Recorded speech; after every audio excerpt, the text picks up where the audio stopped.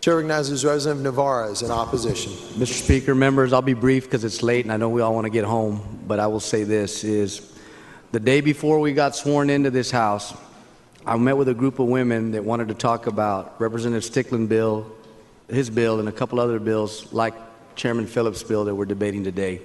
And I told them that I would support a bill that looked and felt like concealed carry.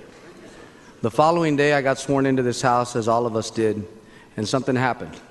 And after that day, a lot more things started to happen. And what it told me is that the vitriol, the anger, and the hate that surrounds this issue is outside the walls of this chamber, and we're not contemplating it because we seem to live in this fantasy world about protecting Second Amendment rights at all costs. And I can tell you that in my vice chairmanship of the Homeland Security Committee, which I enjoy with Chairman Phillips and the rest of the members of that committee, is I keep hearing this testimony about the Second Amendment and that the right to bear arms should not be infringed. But those people failed to read the beginning stanza of that.